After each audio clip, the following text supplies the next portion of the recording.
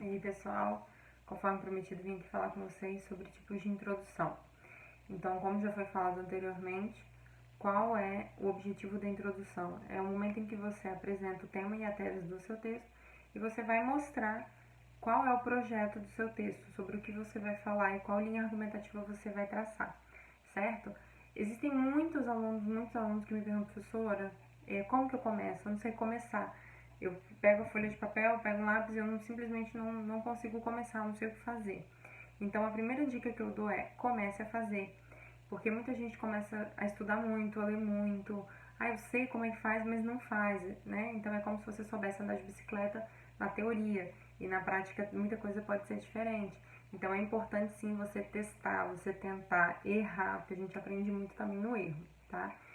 Para quem tem muito bloqueio de começar uma redação, uma dica que eu dou, que foi até uma dica de uma amiga minha, uma colega minha, professora de redação também, é você usar rodinha de bicicleta, que é a expressão eu acho que.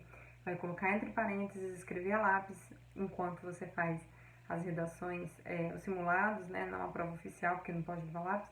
Você usa o eu acho que e depois você lembra de apagar. Porque percebam, a gente comentou que a redação, o texto dissertativo argumentativo, ele é predominantemente escrito na terceira pessoa. Até pode aparecer um texto na primeira pessoa do plural, mas o mais indicado mesmo é você não correr risco e usar lá a terceira pessoa do singular ou do plural. Tanto faz. Quando você coloca o eu acho que, repara que a sua opinião aparece com muito mais facilidade, né? Então, por exemplo, no último vídeo eu falei sobre a descriminalização do aborto. Vamos supor que a gente fale sobre redução da maioridade penal. Então, você tem que falar sobre o assunto. Então, você fala, redução da maioridade penal, não consigo fazer isso. Então, coloca lá, eu acho que. Eu acho que a redução da maioridade penal deveria... E aí você vai falando um pouquinho melhor sobre isso, certo? Então, nós temos alguns tipos de introdução. Então, a sua introdução também já foi dito. É o momento que você apresenta tema e tese e você precisa ter pelo menos 2 frases. Não pode ter menos do que 2 frases, senão você perde ponto na competência 1. Como que você vai começar? Antes de eu falar dos tipos, o mais interessante é que você saiba fazer mais de um tipo. Porque no momento da prova você não sabe o que vai aparecer, você não sabe qual tema que vai aparecer. Então, às vezes, no momento da prova você consegue lançar a mão de um ou outro e isso aí acaba te dando um pouquinho mais de liberdade de escrita, certo? Então, primeiro, o que eu vou falar aqui não é fechado, tá? Existem outros tipos de introdução, mas eu selecionei aqui as que eu mais gosto, que eu vejo que acabam sendo mais produtivas no texto. A primeira é a declaração ou afirmação, que eu costumo falar que é o feijão com arroz. Funciona, é bom, é basicão, mas na falta de uma opção melhor, você lança a mão aí da declaração. O que é a declaração? É quando você coloca logo de cara o seu tema e a sua tese, mais nada, tá? Lembrando que, por não ter uma referência na introdução, em algum outro momento do seu texto você precisa fazer uma referência externa coletânea, porque isso também conta pontos. Se você não fizer isso, na verdade, você não consegue atingir alguns níveis aí em algumas competências, ok? Então, um primeiro tipo de introdução aqui que a gente está falando é a declaração, é quando você apresenta logo de cara o tema e a tese. O que é tema? É o assunto da sua redação. Não precisa pensar muito, é só você olhar lá na coletânea.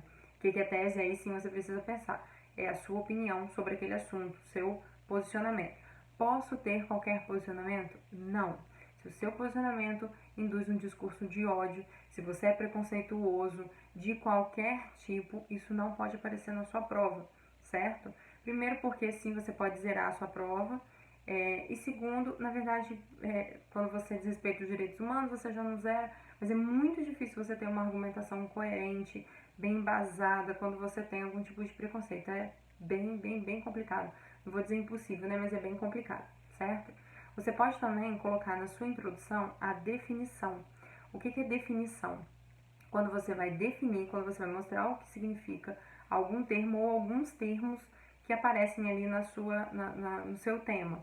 Então, eu quero falar sobre, falando aqui, né, sobre a redução da maioridade penal. Eu vou explicar o que é a redução da maioridade penal, eu vou definir, certo? Nessa definição fica bem interessante quando você tem conhecimento de alguma outra área do saber. Então, tem algum tema ali que pode ser relevante, que tem alguma ligação com a biologia, e você usa uma definição da biologia, ou com a filosofia, e você usa essa definição da filosofia, isso é legal porque você acaba também usando outras áreas do conhecimento, isso aí aumenta a sua nota, certo? Pode também começar a sua introdução com uma pergunta, não necessariamente no início, tá? Você, na primeira frase, uma pergunta não necessariamente. Você pode colocar uma pergunta na sua introdução, só lembrando que essa pergunta precisa ser respondida, tá? Pergunta no seu texto só pode aparecer de dois tipos. Ou uma pergunta retórica, que é aquela pergunta que tem a resposta dentro dela mesma, ou uma pergunta que vai ser respondida ao longo do seu texto. Você não pode jogar uma pergunta e deixar para o corretor pensar, isso aí não existe, ok? Você pode usar uma exemplificação, então eu estou falando sobre o tema, e eu posso usar um exemplo para falar sobre esse tema. Aí cabe a seguinte observação: se você usar algum fato que foi noticiado pelos meios de comunicação, use algum de abrangência nacional, porque o corretor do seu texto não é do seu estado. Essa é a única certeza que a gente tem quando corrige a redação do Enem. Ele não é do seu estado. Então, você precisa usar algo que seja de abrangência nacional, porque senão a pessoa pode não ter o conhecimento daquilo que você está pensando, tá? Eu vou falar sobre algum fato que aconteceu aqui em Cachoeiro de Itapemirim. Não, eu vou usar algo um pouquinho mais abrangente, ok? Pode também fazer sua introdução por alusão histórica. O que é alusão histórica? Quando você consegue enxergar a relação de um tema atual com algum fato histórico, e aí você vai fazer esse link, vai fazer essa alusão. Só lembrando que a alusão é ir rapidinho lá na história e voltar e continuar falando sobre o tema, certo? Muitas vezes o que acontece? O aluno gosta muito de história, eu era uma aluna, por exemplo, que adorava história, e ela na alusão histórica, se deixasse, eu me perdia, né? Eu começava a fazer uma discursiva de história, o pessoal que é mais novo aí não faz nem ideia do que seja uma discursiva de história. Mas enfim, eu acabava fazendo ali, escrevendo muito, e aí quando você vê, você já escreveu 6 linhas de alusão histórica, e você está perdendo espaço para a sua argumentação de fato, tá? Então, a alusão, ela precisa ser rápida. Qualquer tema combina com a alusão histórica? Não, não fica tentando criar relações que não existem, ou criar causa e consequência quando não existe, ok? Pode usar também, na sua introdução, uma comparação. Então, na comparação, você pode, neste momento, citar algum outro país, lembrando que a redação do Enem fala sobre temas que são problemas no Brasil, mas você pode usar uma comparação de outro país, por exemplo, você pode usar uma comparação de dois pensamentos que sejam diferentes no momento do seu texto, sempre lembrando, se você usa argumento e contra-argumento, se você usa duas opiniões que são diferentes, ao final do seu texto, eu que estou corrigindo, eu preciso saber, no final das contas, qual é a sua opinião, se é uma ou se é outra. Não tem problema você colocar ideias que sejam contrárias, desde que você mostre exatamente onde você está, certo? E você pode usar também a citação. Mais pra frente eu vou falar um pouquinho sobre citação com vocês, mas a citação pode ser direta ou indireta. O que é citação direta? É quando você usa aspas e coloca exatamente a frase da pessoa. Você lembra muito bem daquilo, então você coloca ali. Pode ser da coletânea, pode ser fora, certo? E citação indireta é quando você lembra o conteúdo, mas você não lembra exatamente qual é a frase, como foi falada aquela frase. E precisa ter referência, ok? Quando você não sabe a referência, você pode parafrasear aquilo ali. Mas a citação pode ser direta, pode ser indireta, você também pode usar na sua introdução do texto, beleza? Todas elas são muito produtivas. Existe alguma que seja melhor do que a outra? Não, tudo depende.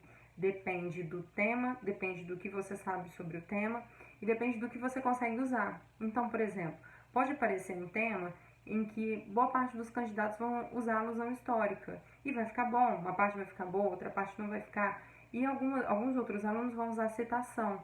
Só que qual é o grande perigo? E aí é que mora o probleminha das máscaras que eu sou contra, não vou ficar gastando tempo aqui falando sobre isso. Mas o problema é que muitas vezes vocês vão em alguns aplicativos, que eu sei que tem até aplicativo de citação, e gravam uma citação. E aí vocês querem enfiar aquela citação em qualquer tipo de texto e não combina, em qualquer tema. Na verdade, não é nem que não combina, não tem relevância. Isso aí é falado no manual, tá? No manual do corretor. Você não pode colocar uma citação do nada sem que ela não tenha uma pertinência, sem que ela tenha uma relevância com aquele tema, ok? Mais pra frente também a gente comenta um pouquinho sobre isso. Então, o mais interessante é que vocês saibam fazer pelo menos uns 2 ou 3 tipos de introdução para que tenham essas cartas na manga e na hora de fazer a sua produção de texto. Beleza? É isso, espero que vocês aproveitem. Até a próxima.